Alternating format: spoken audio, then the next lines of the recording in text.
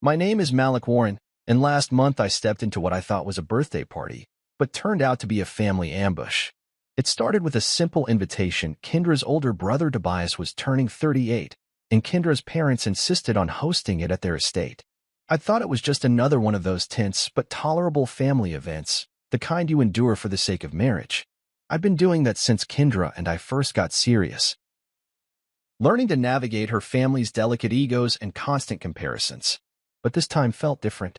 I wrapped the luxury watch, nothing flashy, but something dignified, something that said, "I respect your brother." I'd even considered adding a handwritten card, but I didn't want to overdo it.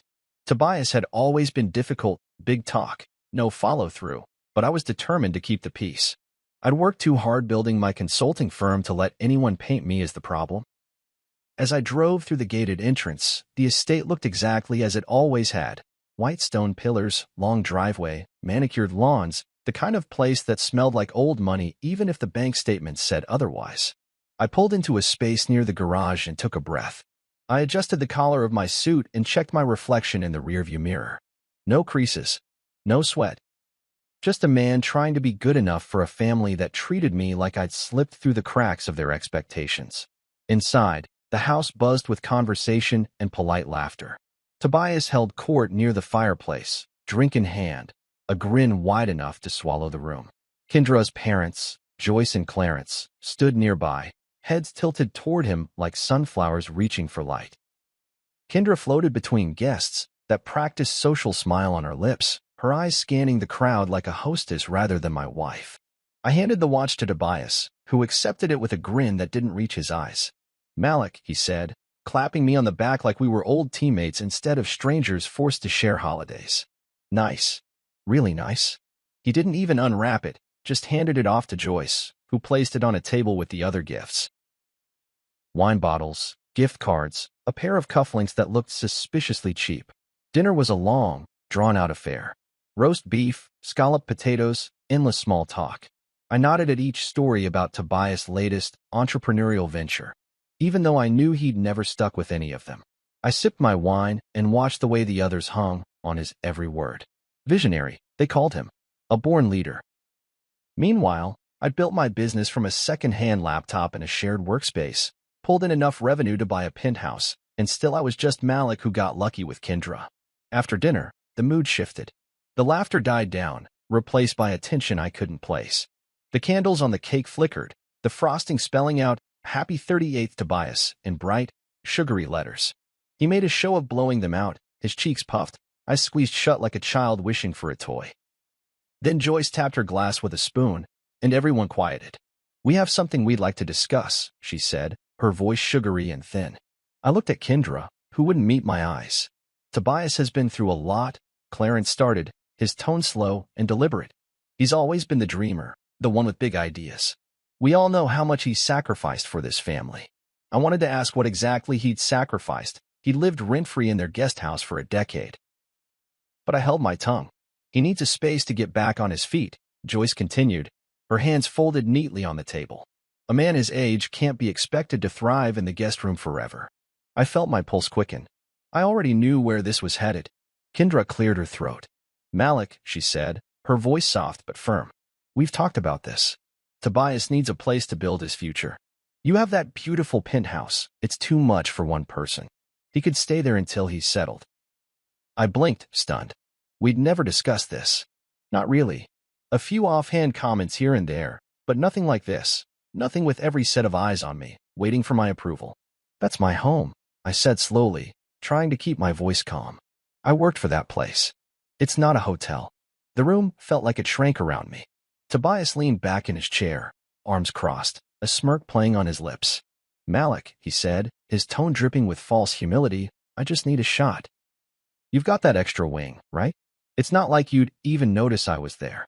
He looked around the room, gathering nods and sympathetic looks from his family. "You'd be doing the right thing," Joyce added, her tone sweet enough to rot teeth. "Families help each other." Kendra's eyes flickered to mine, cold and expectant. "You owe us that much," she said. Her words hit me like a slap, even before her hand actually did. My face stung. The room went silent. I looked around. No one moved. No one said a word. Tobias looked down at his empty plate. Joyce studied her nails. Clarence lifted his glass and took a long, deliberate sip. Kendra stood there, her hand still raised as if waiting for a second strike. I stood slowly, my chair scraping against the polished floor. My chest felt tight, like every breath was lined with barbed wire. I wanted to scream, to shout, to ask how they could do this to me. But instead, I looked at Kendra, really looked at her, and saw the person she'd chosen to be. Someone who saw my hard work as a resource to be redistributed to her brother. Someone who thought my dignity was negotiable. I didn't say a word. I didn't owe them that. I turned and walked out, each step an effort to keep from shaking. That slap did more than sting. It unlocked something permanent. A door that had been cracking for years. A door I'd finally decided to walk through. And never look back. Tobias had always been the family jewel. The golden brother, the prodigal son whose every misstep was polished into a charming anecdote at the dinner table. Growing up, Kendra always spoke about him like he was some tragic hero, misunderstood, unlucky, gifted beyond the rest of us. And everyone else seemed to believe it. A failed startup here, a musical phase there, 3 degrees unfinished. Yet in every story told around that oversized dining table, he was visionary.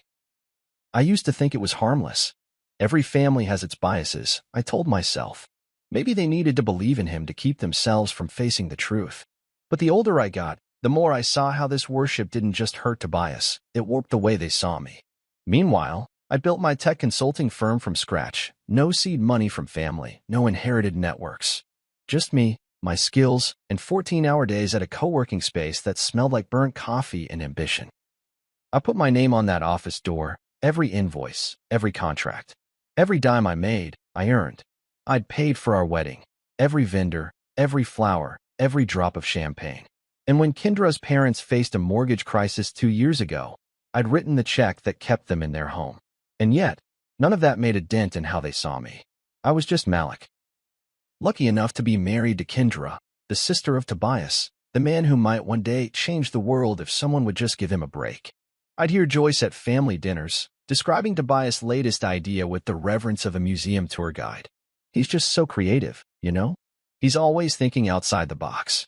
As if thinking was all that mattered. As if results were beside the point. Clarence would nod, adding, "It's the mark of a genius, really, that he doesn't settle for mediocrity." Mediocrity, in their eyes, was a steady income, a clean apartment, a marriage where the bills were paid and the lights stayed on. Mediocrity was me. I think the worst part was watching how Kendra played both sides. She'd beam at Tobias' wild plans, like the time he tried to import hand-carved didgeridoos from Australia to sell online, only to lose thousands in shipping fees. She called him passionate, even as I paid off the credit card debt he conveniently forgot to mention.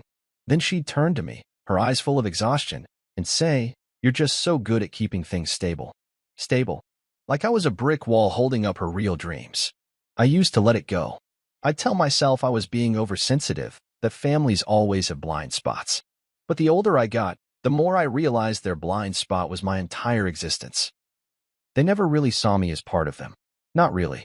I was the man who got in the way of their golden boy's comfort. The man who reminded them, every time I walked into a room, that hard work and responsibility actually paid off. That was a truth they couldn't stand.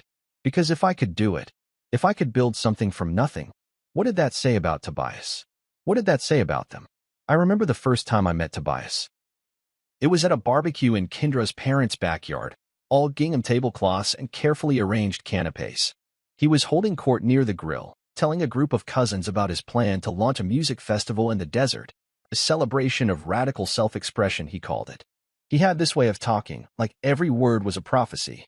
Even then, I could see the cracks. He'd never even organized a birthday party. But no one questioned him. They all nodded, eyes bright with the kind of belief that made me feel like I was the one on the outside. I tried to make conversation, asked him about logistics, insurance, permits. He brushed me off with a wave of his hand and a laugh that didn't quite reach his eyes. "Malik, sometimes you just have to believe, man." I wanted to respect him. I really did. He was Kendra's brother. But respect is earned, not inherited. Over the years, I watched him jump from one idea to the next. A luxury beard oil line, a gaming startup, a documentary about street artists that never made it past the teaser trailer. Each time he failed, there was always someone to blame: the market, the team, the timing. Never him. And every time, the family circled the wagons, holding him up like he was the victim of a cruel world that didn't understand his brilliance. It wasn't just that they expected me to pick up the tab, though that happened often enough. It was the way they looked at me when I didn't. Like I was the one letting the family down. The one who didn't understand the importance of helping each other. I never saw them help me. Not when I worked through holidays. Not when I missed birthdays because I was signing a client that would keep us afloat. Kendra would pat my hand and say, "They just don't get it. But you know how families are." And I'd nod, telling myself to stay patient. That maybe one day, they'd see me for what I was. A man who'd built something. A man who'd earned respect. But respect wasn't in their vocabulary when it came to me. I was the obstacle. The inconvenient husband who had the audacity to succeed on his own terms. And Tobias? Tobias was the shining star they couldn't let fade. So when they turned on me at his birthday party, I guess I shouldn't have been surprised. I should have seen it coming, the way Kendra's eyes hardened, the way Tobias smirked like he'd finally won. Because in their world, my success was just another thing they felt entitled to. Standing there that night, after the slap that would change everything, I realized the truth I'd been refusing to see. They never wanted me at their table. Not as an equal. Not as a man. Just as the ATM with a face. The man who married their daughter and made her life comfortable enough to support their dreams. Tobias had always been the golden brother, and I'd always been the ghost husband. The man in the background. The man who'd never quite belong. But that night, in the echo of the slap and the silence that followed, something in me shifted. I wasn't the ghost anymore, and I sure as hell wasn't going to let them haunt my life any longer. A year ago, Kendra and I moved into the Cascade penthouse, a space I earned through 14 years of backbreaking work. Every inch of that place felt like a monument to late nights, bad coffee, and dreams I'd clawed into reality. Floor-to-ceiling views of the city, glass walls that let the skyline in like an old friend, open architecture that felt like freedom after years of crammed apartments and shared walls. It wasn't just a home, it was the first place I'd ever allowed myself to breathe. I remember the first night we moved in. Kendra was practically vibrating with excitement, running from room to room like a kid in a candy store. "Malik, look at the kitchen. We could host Thanksgiving here," she'd said, eyes wide, fingers tracing the marble counters like they were holy relics. I stood there, exhausted but proud, a glass of champagne in hand. "This is it," I told her. "This is our space. No one else's." She'd smiled and kissed me like she believed it, like she was ready to make this our fortress against the world. For a while, I let myself believe it too. Then her family visited. It was supposed to be a quick dinner. A polite evening to show off our new home and reassure them that their daughter was living well. But from the second they walked through the door, I felt something shift. Joyce gasped at the marble counters, her hand flying to her throat like she'd seen a ghost. "My goodness," she said. "This is extravagant." Her tone made it sound like I'd built a golden palace in the middle of a desert. Clarence walked in, eyes squinting at every detail like he was appraising a competitor's office instead of his son-in-law's home. "So what exactly is it that you do again, Malik?" he asked, his voice too casual to be innocent. I told him, again, that I owned a tech consulting firm, that I'd started with nothing and built a portfolio that included everything from logistics companies to international marketing agencies. He nodded like he was humoring me.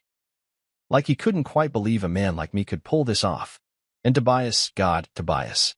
He strolled in like he already had a key in his pocket, running his fingers along the glass walls, staring out at the view like it was his by birthright. "Man, this is a sweet setup," he'd said, smirking as he leaned against the balcony door. "I could get so much work done here." I laughed at the time, thought it was just another one of his jokes. But the way he looked around, like a king surveying his future kingdom, made something uneasy settle in my chest. Kendra brushed it off. "He's just being Tobias," she said with that easy, dismissive tone she always used. But I'd seen the way his eyes lingered on the master suite, the way he dropped hints about his next big project needing a proper workspace. I thought he was being ridiculous. I should have known better. After that first visit, the request started small. Joyce called one night, all syrup and concern, asking if Tobias could crash for a weekend while he got his feet under him. I said no politely. Our place wasn't a crash pad. It was our home. Kendra told me I was being harsh. It's just a weekend, she'd said. He's family. Then Clarence started dropping hints. A man his age needs stability. He'd say, eyes narrowed like he was testing my resolve. He just needs a launch pad. Launch pad, like my home was some kind of startup incubator. I kept my answers neutral, polite. But inside, the resentment started to brew. The night Kendra asked me to leave the keys with the doorman, that was when I knew the line between my life and theirs had blurred beyond repair. Just in case Tobias stops by, she'd said, stirring her coffee with a practiced nonchalance that made my stomach twist. I set my mug down, carefully, like it might break in my hand. Why would he stop by? I asked. Her eyes met mine, cool and expectant. He just needs to feel like he's got options. We're his family, Malik. We should be helping him. I wanted to ask who had helped me when I was scraping by, living on cup noodles and half-believed dreams. Who'd been there when I was working late nights, trying to build something from nothing. But I didn't say it. I just shook my head. No, I told her. Our home is not an option. It's our home. She looked at me like I'd spat on the dinner table. You lack empathy, she'd said, the words sharp as glass. I didn't argue. I'd spent too many years learning that arguments in this family weren't fights. They were traps. And every time I fought back, I ended up looking like the villain. That night, I sat on the balcony long after the city lights started to blur. I looked out at the skyline, the same skyline I'd dreamed of from a cramped studio apartment years ago. I'd made it.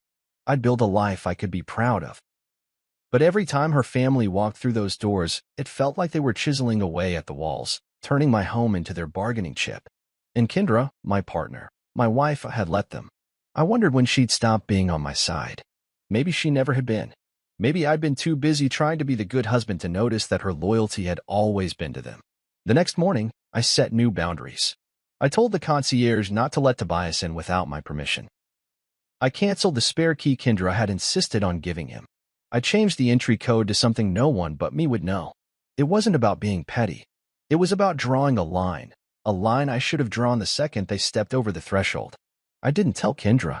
I didn't owe her that explanation. Not after the way she looked at me. Not after the way her family had treated my home like it was a community center. I didn't owe any of them anything. That penthouse was mine. Every inch of it. And for the first time since I moved in, I realized I needed to reclaim it. Not just the walls and the furniture. The air. The silence. The dignity I'd poured into that place. Because if I didn't, I'd lose more than a home. I'd lose myself.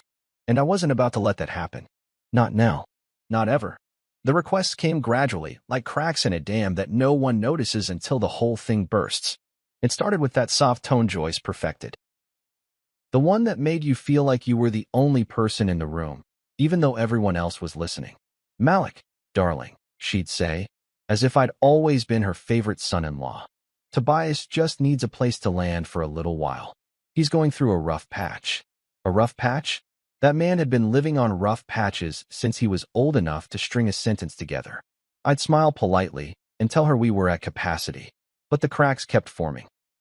Kendra would stand in the kitchen, pretending to stir sauce she had no intention of actually cooking, and repeat the same lines, over and over, like an actor rehearsing for a role she didn't even believe in. He's my brother, Malik. You know that. Like that was supposed to override everything else. Every time I said no, she'd sigh like I'd just let the whole family down. She'd look at me like I was some heartless monster with a crown made of gold and a scepter made of apathy. It's just a few days, she'd say. We all support each other in this family. I wanted to ask who exactly had been supporting me, but I never did. I just clenched my teeth, gave her that exhausted half-smile I'd perfected in corporate meetings, and said, not this time. But each refusal felt like a betrayal of a code I'd never agreed to live by. Then came the day she asked me to leave the keys with the doorman. Just in case Tobias stops by, she'd said, like she was asking me to pick up a loaf of bread on the way home. I almost dropped the mug I was holding. My chest tightened, and my heart slammed against my ribs like a fist on a locked door. Just in case. I asked. My voice didn't sound like mine. It sounded like a man I barely recognized, sharp, cold, unbending. Kendra didn't flinch. She just kept her eyes on mine, daring me to argue. He's family, she said. You know how it is. He might need a place to clear his head, and it's not like he'd be in the way. We have that whole guest wing. I stared at her, trying to decide if she actually believed what she was saying. You mean the wing I turned into my office? I asked. The one with my equipment, my files, the stuff I used to actually make a living? She shrugged like I was being dramatic. It's just space, she said. You're so possessive sometimes. It's not like Tobias would steal anything. I set the mug down carefully, afraid it might shatter in my hand. No, I said, my voice low but firm. He's not getting a key. This is our home, Kendra, not his. Her eyes narrowed, her jaw tightening. You lack empathy, she snapped, her words slicing through the air like a blade. Empathy. For a 38-year-old man-child who'd never paid rent a day in his life. I laughed, a bitter sound that felt foreign in my own mouth. Empathy. I echoed. You mean the kind I showed when I wrote the check to keep your parents in their home? Or the kind I showed when I paid off Tobias' credit card debt because he forgot to budget for his Festival of the Month idea? That kind of empathy? She flinched, but only for a second. Then the walls went up, the ones she always built when she was cornered. That was different, she hissed. He was in trouble.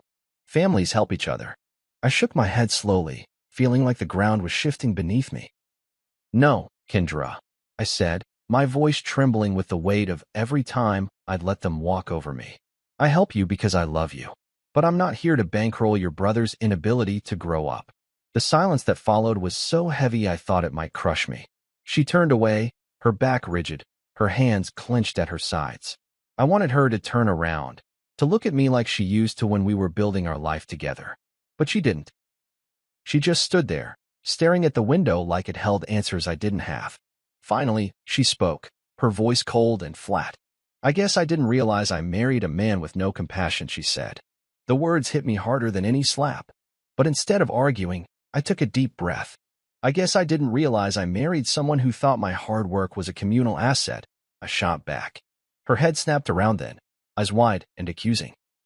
But before she could respond, I turned and walked out of the kitchen. In the hallway, I leaned against the wall, pressing my palms to my temples like I could force the ache out of my head. I thought about all the nights I'd spent building this life, the sacrifices I'd made, the quiet pride I'd felt when I finally signed the lease on the penthouse. I thought about every time I'd made excuses for her family, every time I told myself it was just their way. But this wasn't just their way. It was their plan, and I'd been too busy trying to be the good husband to see it. I pushed myself off the wall and walked to the living room, the city skyline winking at me through the glass. I'd built this.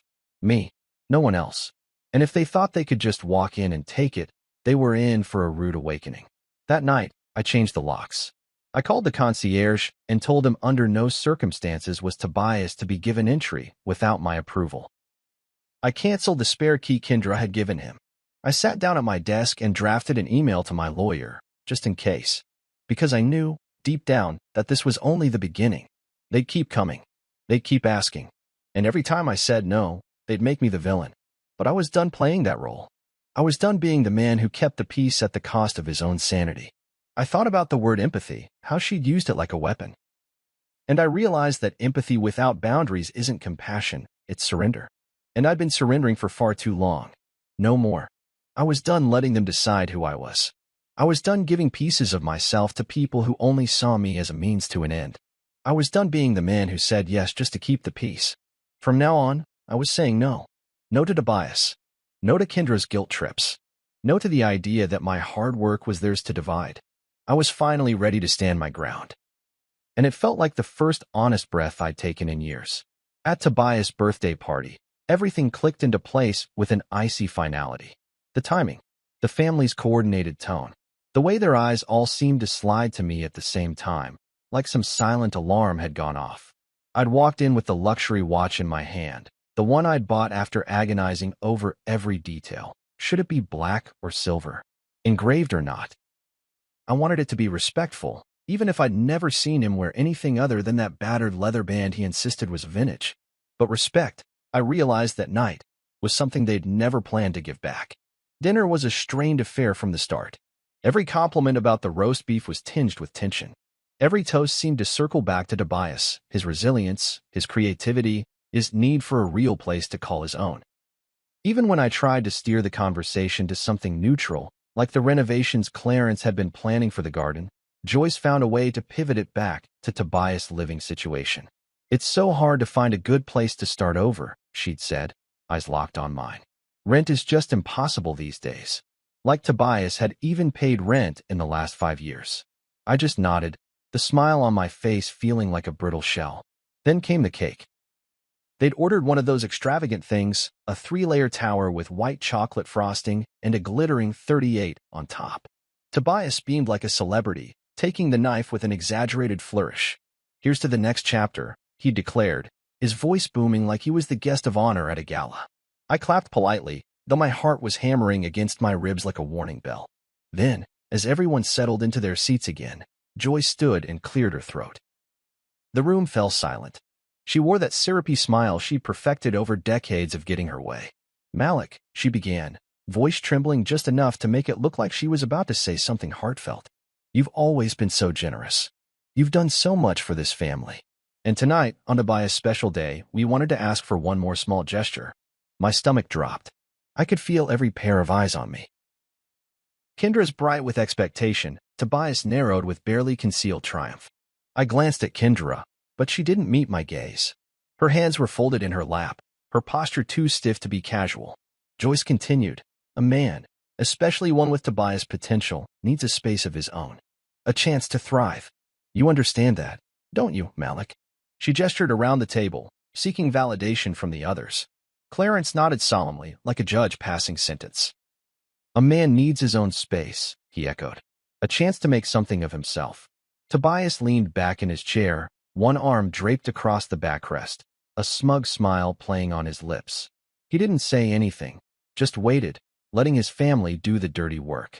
Then Kendra rose, her eyes locking onto mine with a mixture of pleading and determination that felt like a slap in itself. "Malik," she said, her voice trembling but strong, "you could help my brother start fresh. You owe us that much." It felt like the floor fell away beneath me. My chest tightened, my vision blurred. I couldn't breathe. I looked around the table, searching for anyone who might stand up for me, anyone who might see how wrong this was. But no one spoke. Not Joyce, with her tight-lipped smile. Not Clarence, who watched me like I was on trial. Not even Kendra, who used to be the one person I thought would protect me. I tried to laugh, but it came out as a bitter huff. "I owe you that much?" I repeated, my voice low and disbelieving. "For what, exactly? For paying your debts? For bailing out Tobias every time he torches his life for some half-baked idea?" Silence. Kendra's face hardened.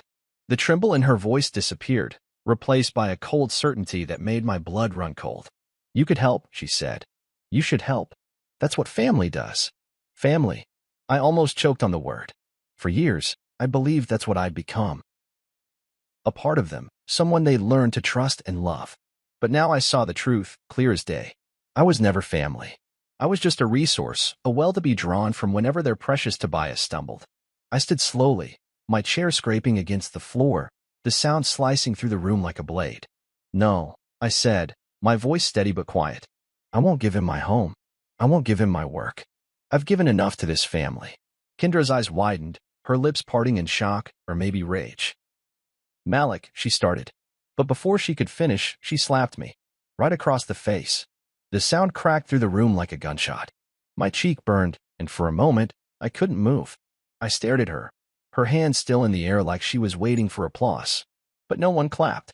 No one gasped. No one said a word. Tobias shifted in his seat, hiding a smirk. Joyce picked up her wine glass, eyes downcast but satisfied. Clarence cleared his throat and took a long, deliberate sip of water. I felt like the walls were closing in on me, like every breath I'd taken in that house was a lie. I'd spent years trying to be the good husband, the good son-in-law, the man who kept the peace. And in the end, it hadn't mattered. One by one, they'd chosen Tobias. I turned back to Kendra, my voice cold and unfamiliar. "You shouldn't have done that," I said. Her hand trembled, but her eyes were unyielding. "You shouldn't have refused," she snapped back. I looked around the room one last time, memorizing every face, every expression, every silence that screamed louder than any words. I'd given this family everything I had, my time, my money, my loyalty, and they'd thrown it back at me like a dirty dish. Without another word, I turned and walked out. The door slammed shut behind me with a finality that felt like freedom. And as I stepped into the cool night air, the sting of her hand still burning on my cheek, I knew one thing for certain, that slap did more than sting. It unlocked something permanent. a truth I'd been too blind to see. And I would never let them take another piece of me again. I didn't raise my voice. I didn't retaliate. I didn't even look back at the people who'd sat there and watched my wife slap me like I was some child who'd broken a rule. I just stood, took a deep breath, and walked out. The cold night air hit my skin like a baptism. The slap stung, but what hurt more was the silence that had followed. No one moved. No one said a word. They'd just sat there, complicit in their shared belief that I owed them something I'd already given 1,000 times over. I walked to my car, each step feeling heavier than the last. My chest burned with the kind of ache that wasn't physical, the kind of ache that came from realizing I'd been a supporting character in my own life for far too long. I slid behind the wheel and sat there for a moment, gripping the steering wheel until my knuckles whitened. The darkness around me felt like it was pressing in, but I welcomed it. I didn't want the light. I didn't want their faces lingering in my mind, each one reminding me of the part I'd played in enabling them. I didn't think about revenge. I thought about respect, my respect, and how long I'd been giving it away like candy at a parade. How many times had I set my own boundaries aside to accommodate them? How many times had I let their comfort matter more than my own? As I drove home, the city lights blurred into streaks of white and red. I replayed every conversation in my head, Joyce's syrupy requests, Clarence's patronizing nods, Tobias' smirk, Kendra's cold eyes. Every word, every tone, every time they'd made me feel like less. It was all there, stacked up like a debt they'd never planned to repay. When I pulled into the parking garage of the penthouse, I didn't rush. I parked, turned off the engine, and sat there, the hum of the cooling engine the only sound in the silence that felt like a cathedral. I thought about that place, the home I'd built from the ground up, the place I'd poured every late night and every sacrifice into. That space was supposed to be my sanctuary, and yet it had become a bargaining chip in a family feud I never wanted to be part of. I took the elevator up, the mirrored walls reflecting a man I barely recognized. My face still burned where Kendra's hand had connected. The redness had already started to fade, but I knew the mark would linger long after the skin healed. I walked down the hallway, each step echoing like a promise I hadn't made yet. When I unlocked the door and stepped inside, the place felt different, quieter, like it was holding its breath, waiting to see who I'd be now. I set my keys on the counter and walked to the living room. The city skyline stretched out before me, a sea of lights and possibilities. I stood there, staring at it, letting the silence wash over me. It wasn't the kind of silence that begged to be filled with noise. It was the kind that dared me to stand in it, to claim it as my own. That night, I changed the locks. I pulled out the spare keys I'd given Kendra and dropped them into the trash with a finality that felt like a door slamming shut. I called the building management and told them to remove her access code from the system. I didn't shout. I didn't explain. I just told them what needed to be done. It wasn't about revenge. It was about reclaiming what was mine, my space, my peace, my dignity. I thought about all the times I'd let her family walk through those doors like they owned the place. Like they owned me. I thought about every time I'd bitten my tongue. Every time I'd let their jabs slide because it was easier than standing up and starting a fight. But that fight had found me anyway. And this time, I wasn't backing down. I sat on the couch, the city's lights flickering across the glass walls, and I let the weight of it all settle on me. The betrayal. The silence. The years of playing the good husband, the accommodating son-in-law. I let it all in, every drop of it. And then I let it go, because I knew I couldn't carry it anymore. The next morning, I woke up before the sun. The air felt different, lighter, somehow. Like the house itself was breathing again. I brewed a pot of coffee and watched the sky shift from black to gray to pink, the city coming alive one window at a time. I thought about Kendra, about how she'd chosen her family's comfort over my respect. I wondered if she'd even understand why I'd done what I did. Maybe she'd think I was overreacting. Maybe she'd spin some story to her mother and father about how I'd abandoned her. But that was her problem now, not mine. I called the building concierge and gave him clear instructions. No one gets in without my permission. No one, not even my wife. He paused for a moment, probably caught off guard by the steel in my voice. Then he said, "Of course, Mr. Warren. We'll update the records immediately." I hung up and felt something settle in my chest, a calm I hadn't felt in years. I walked through the penthouse, room by room, like a man returning to his own skin after a long exile. This was mine, every inch of it, every glass wall and polished floor, every sunset that turned the living room gold. I had built this. No one else. Later that day, I called my lawyer, Vivian Chin. She'd been with me from the start, through every contract negotiation, every business deal. She was blunt, efficient, and loyal to the core. When I told her what happened, she laughed, a short, sharp sound that made me smile despite everything. They think this is a sitcom, she said, but we'll handle it like a courtroom. I nodded, even though she couldn't see me. I want to make sure they understand, I said, my voice steady. That this is my home, that I'm not a doormat. Consider it handled, she said. I'll have a cease and desist sent out by the end of the day. And if they push back, we'll push harder. I thanked her, hung up, and leaned back in my chair. The sun was high now, the city humming with life. I looked around my space, my sanctuary, and felt something I hadn't felt in a long time. Free. This wasn't about revenge. It wasn't about proving a point. It was about finally choosing myself. And in that moment, I knew I'd never let anyone, family or not, take that away from me again. The next week brought a storm that felt like a slow-motion train wreck, one I could see coming but couldn't quite step away from. Kendra showed up at the building, eyes swollen and puffy like she'd been crying for hours. She stood at the entrance, her hands clutching the glass door like it might save her. Through the security camera feed, I watched her beg the concierge to let her up to her home. She called it that, like the place was still half hers, like she hadn't given up every right to it the moment she chose them over me. I didn't budge. I didn't even flinch. I watched her on that screen. Every tear, every dramatic plea, every sideways glance to see if anyone was watching. The concierge, God bless him, shook his head and pointed her toward the exit. Her voice cracked as she pleaded, but I'd given him strict instructions. No one was getting in without my say-so. Not even the woman who had once shared my bed. My phone buzzed later that afternoon, an unknown number. I answered, and Tobias' voice greeted me like poison. You're really going to do this to your wife, he sneered. You're going to make her stand out there like a beggar while you sit in your tower? You think that's what a real man does? I didn't answer right away. I let the silence do the work for me. Finally, I spoke, each word a nail in the coffin of whatever brotherhood he thought we had. You've taken enough from me, I said. Stay out of my home. Stay out of my life. He started to laugh, this hollow sound that made my skin crawl. You always were the selfish one, Malik, he said. You always thought you were better than the rest of us.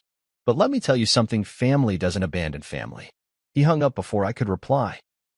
That night, I sat at my kitchen counter, the city lights winking through the glass, and stared at the empty side of the table where Kendra used to sit. The ghost of her laughter still lingered, but it sounded different now, sharp, mocking, like an echo of every time she'd chosen them over me. I thought about the word she'd thrown at me, empathy, and wondered if she'd ever really known what that meant. Because the truth was, I'd given them everything, every ounce of patience, every drop of loyalty. Every bit of myself I thought would make them see me as one of them. And it had never been enough. A few days later, a letter arrived, neatly typed on official stationery, from Kendra's parents' lawyer. It claimed I'd verbally promised Tobias a place to live, some nonsense about family obligations and verbal contracts. I almost laughed when I read it. Almost. But there was something in the way the words were stacked. Like they'd expected me to roll over and sign my home away without a fight. I called Vivian Chin. She didn't waste time with sympathy. They're trying to scare you, she said. But that letter is worthless. They've got nothing. No signed agreement, no lease, nothing. We'll draft a cease and desist, make it crystal clear that Tobias is not entitled to so much as a doormat. I could practically hear her rolling up her sleeves. And if they want to push this in court, she added, we'll bury them. A smile pulled at the corner of my mouth, something cold and certain. Do it, I said, and make sure they know I'm done playing nice. That afternoon, the cease and desist went out, delivered with the same efficiency I'd built my career on. No drama, no theatrics, just the facts. Tobias was not welcome in my home. Kendra was not entitled to use my space as a pawn in their family politics.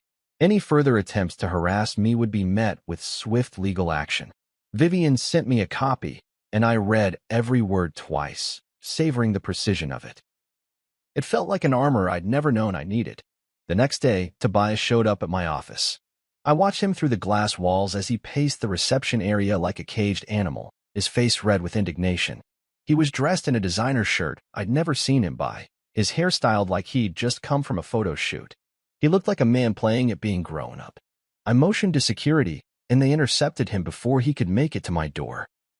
Through the glass, I saw his face contort in rage as he pointed at me, his mouth moving in angry shapes I couldn't hear. He looked ridiculous, like a child throwing a tantrum in the middle of a grown-up's world. Security escorted him out, and I watched until the elevator doors closed. Then I turned back to my computer, my hands steady, my heart quiet for the first time in weeks. Because now, it was clear, no more games, no more guilt trips, no more pretending I owed them anything. That night, I sat in the living room, the lights dimmed, and let the silence wrap around me. I thought about the man I'd been, the man who'd put everyone else's needs before his own, the man who'd let their demands weigh him down like chains. And I thought about the man I'd become, the man who'd finally chosen himself. It wasn't just about Tobias, or Kendra, or any of them. It was about the man I saw in the mirror. The man who'd earned every inch of this life, and who wasn't going to give it away because someone cried on his doorstep. The city outside felt alive in a way it hadn't in years, like it was finally mine again. The skyline I'd fought for. The view I'd earned. And I realized then that sometimes the only way to find yourself is to lose everyone who never really saw you. I lifted a glass of whiskey, the ice clinking in the quiet, and made a silent toast to that. To the man who'd finally learned to say no. To the man who'd finally learned to protect himself. And to the future, a future where I didn't let anyone else write my story. And in that moment, with the city humming below me and the night stretched out like a promise, I knew I was stronger than they'd ever believed. And I wasn't afraid anymore. Tobias made his move with all the subtlety of a wrecking ball. A week after the cease and desist landed in his mailbox, I saw the first Facebook post. His smiling face beaming from a grainy selfie, the city skyline behind him like some war banner. The caption dripped with passive aggression. Some men can't handle sharing success. Sad when your own sister's husband values property over people. Hashtag family first, hashtag sad truths. It didn't take long for the sympathy parade to show up in the comments. Kendra's old college roommate, Marissa, I think, wrote, "Ugh, typical. Some people are just so greedy." One of Tobias' musician buddies posted, "Man, I know the feeling. Some guys just don't get what it means to be family." Even some cousin I'd never met piped in with a sad face emoji and a line about betrayal. I read every word, each one a drop of poison. But I didn't respond. I didn't need to. Because for the first time in my life, I wasn't playing defense. I'd already sent Vivian screenshots of everything, every lie, every manipulative twist of the truth. She was faster than Tobias' keyboard warriors. "We'll add defamation to the legal package," she'd said, her tone brisk and confident. "If they want to play this game, we'll show them how the real world works." I knew she meant it. Vivian wasn't just my lawyer. She'd become my shield. And in that moment, I realized that what Tobias saw as an easy target, some pushover husband who'd spent too many years playing the polite in-law, was a man who'd built his entire career on knowing how to navigate sharks. Still, the noise got to me sometimes. At night, alone in the penthouse, the silence felt different. Heavy, like the echo of voices that didn't belong to me. I'd scroll through my phone, reading the comments that had piled up like trash on a street corner. People I hadn't heard from in years suddenly had opinions. Sympathetic aunts. Family friends who'd always looked at me like I was too quiet, too private, too different. Even my own cousin, who'd barely spoken to me since I was 20, left a comment. "Hey, Malik, maybe just let him stay a while? It's family, bro." Family. That word again. Like a noose. One night, I found myself staring at my own profile picture, the one of me and Kendra at our wedding, all smiles and promise. Her arm around my waist, my hand resting on hers. The image felt like a lie now. A carefully staged play. A version of us that only existed in the eyes of people who didn't know how many cracks lay beneath that smile. I closed the app, exhaling a breath I hadn't realized I'd been holding. I opened my contacts and hovered over Vivian's number, then called her. "Malik," she answered on the second ring. Her voice was calm, professional, but I could hear the steel underneath. "What's up?" "Just making sure we're covering all the angles," I said, my voice steadier than I felt. "This post. It's got traction. People are picking sides." She sighed. "It's digital smoke, Malik. Let them talk. We'll handle it. I've already drafted a defamation notice. If he keeps going, we'll escalate. A civil suit. Maybe. We're not letting this stand." For a second, I imagined the courtroom, Tobias in his designer jeans, trying to look innocent. Me, standing in a suit that actually fit, the judge's eyes on us both. I wondered if it would ever come to that. "Thanks, Vivian," I said. I don't want to lose control of this." "You won't," she promised. "They underestimated you, Malik. Let's remind them who they're dealing with." After that, I stopped reading the comments. I unfollowed everyone, Kendra's family, the high school friends I'd kept out of guilt, even a few business contacts who liked Tobias' post out of what I could only assume was social survival. Every time I clicked unfollow, it felt like I was cutting another cord that had kept me tied to their noise. The fewer voices in my head, the clearer my own became. With every step I took to reclaim my space, my mind, my name, I felt the fog lift. I repainted the study, covered the muted gray Kendra had picked with a rich, calming navy. I boxed up the wedding photos, the smiling faces that felt like masks now. I ordered new sheets for the bed, luxury cotton, nothing flashy, just mine. Every change was a small rebellion against the narrative they'd tried to force on me. One afternoon, I stood by the living room window, watching the city hum with its endless motion, and realized I'd spent too long letting other people's stories dictate my own. I was done with that. The next morning, Tobias tried calling me. I let it go to voicemail. He left a message, something about working things out like grown-ups. I deleted it without listening to the end. Kendra's name popped up on my phone later that day. I didn't answer. She sent a text. "We need to talk. This is bigger than us." I stared at the message, the words coiling like a trap. I didn't reply. Vivian called me that evening, her voice brisk and efficient. "I've sent the defamation notice. He's going to try to spin it. He always does. Don't engage. Let me handle it." "Thanks," I said, my voice quiet but resolute. She paused. "You're stronger than they think, Malik. You've been stronger all along." And in that moment, I believed her. That night, I turned off my phone and walked out onto the balcony. The city stretched out before me, lights glittering like distant promises. For the first time in weeks, I felt something that had nothing to do with Tobias or Kendra or their opinions. Peace. It wasn't the loud kind, the kind that roars like a victory. It was the quiet kind, the kind that wraps around your shoulders like a warm blanket, reminding you that the only voice that matters is the one inside your own head. As the night air brushed my skin, I raised a glass to the skyline, and in the silence, I found something I hadn't realized I'd been missing, myself. And for the first time in years, I was okay with that. I reclaimed the penthouse one room at a time. I started with the bedroom, stripping the bed of every memory of us. The monogrammed pillowcases, the wedding photo on the nightstand, the half-used bottle of her lavender-scented lotion. All of it went into boxes that I sealed shut with a kind of finality I'd never known before. The bed felt empty at first, the space beside me like a vacuum, but after a few nights, I realized that emptiness was just space waiting to be filled with my own peace. Next came the living room. I took down the gallery wall Kendra had insisted on. Pictures of us with her family at every holiday, Tobias grinning with his arms around both of us like he'd owned the place. I replaced it with a single painting I'd always loved, a skyline at sunset, vibrant and calm all at once. I moved the furniture the way I liked it, opened the curtains to let in the morning light, and found that the room felt bigger somehow, like it had been waiting for me to make it mine. The kitchen was the easiest. Kendra never liked to cook. The pots and pans she'd bought more for show than use were still gleaming and untouched. I rearranged the drawers, stocked the fridge with the things I actually ate, and marveled at how even the smallest changes could make a space feel like home. With every step, every box packed and stored, every photo taken down, I felt lighter. It wasn't about erasing her. Those years we shared were still part of me, but about reclaiming the parts of myself I'd buried under her family's expectations.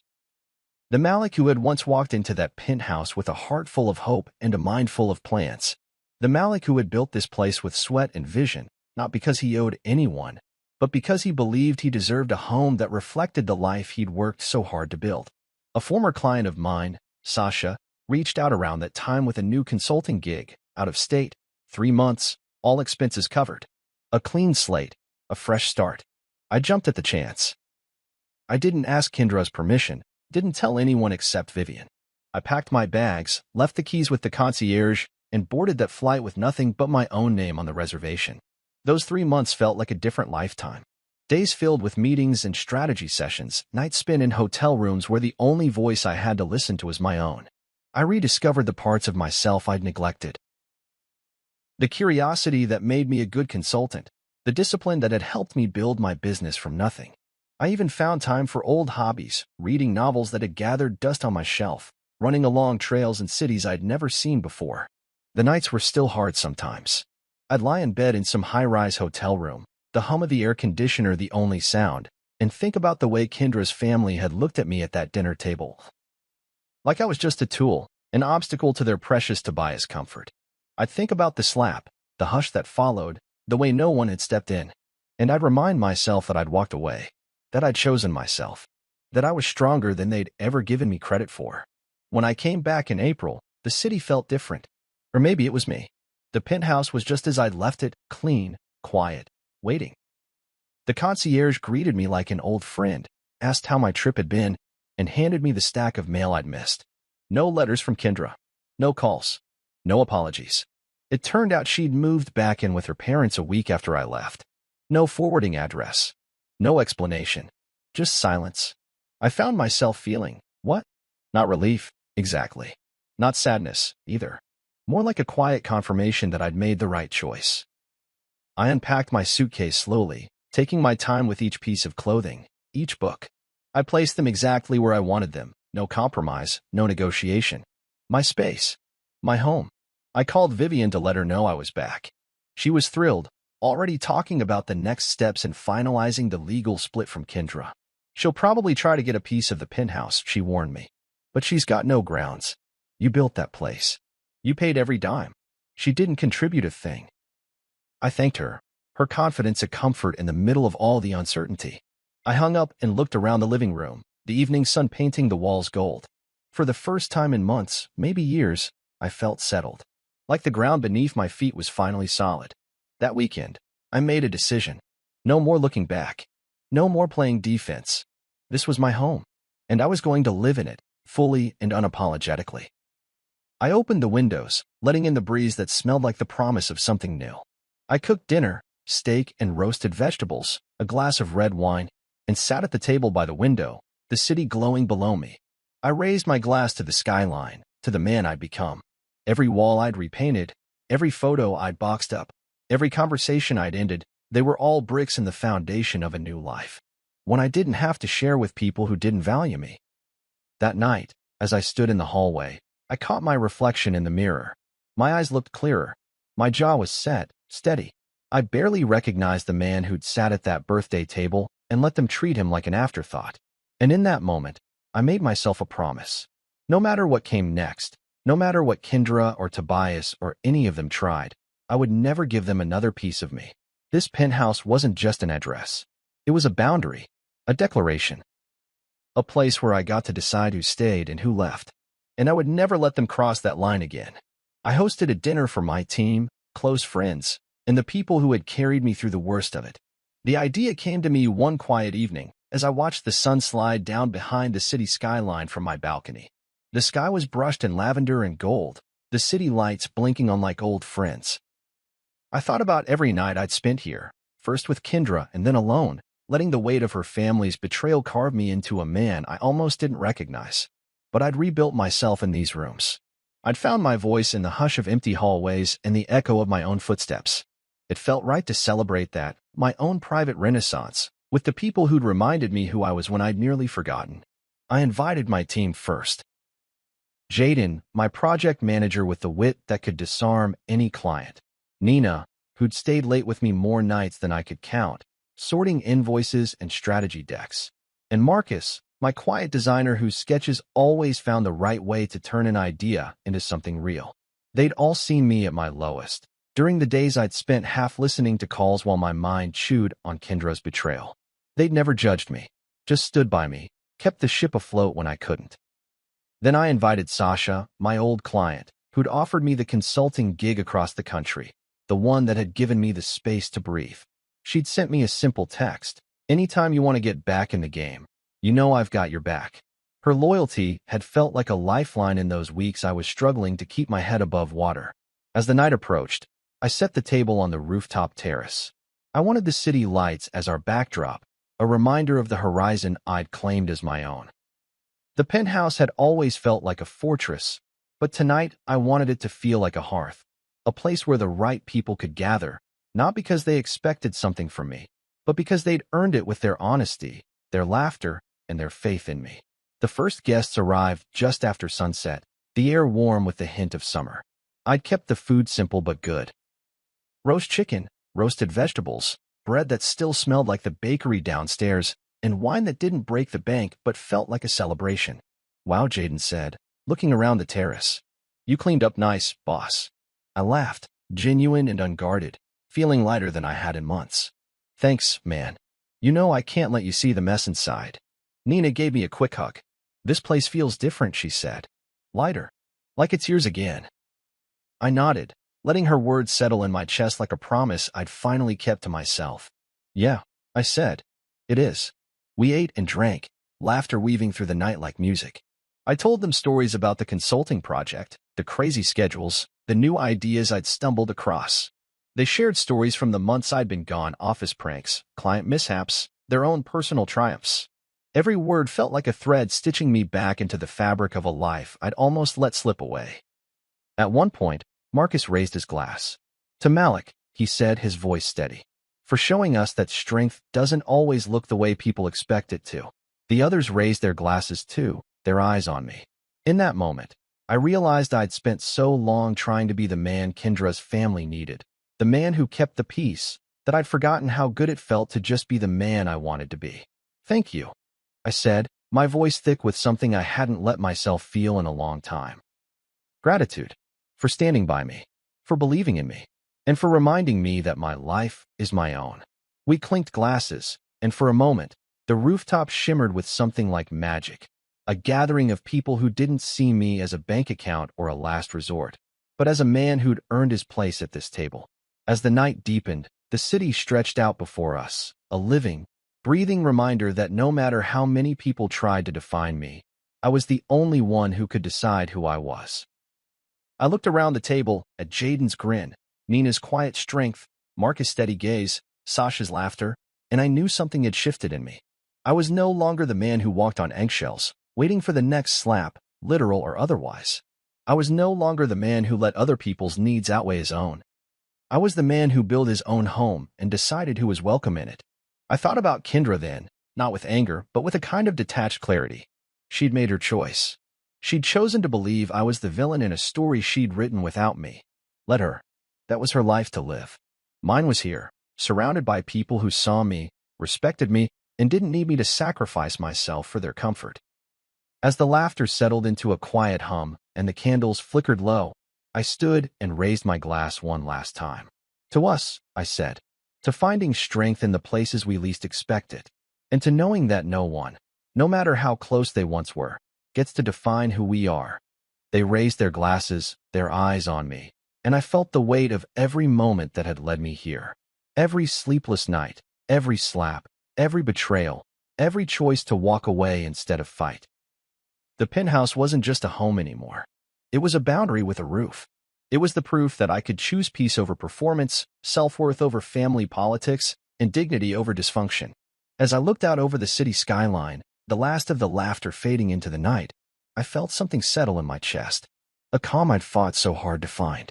I made a toast, not to revenge but to rebirth, and to every man who's been told to sacrifice himself for someone else's idea of manhood. You are allowed to say no, and I had finally said it, and I'd never go back.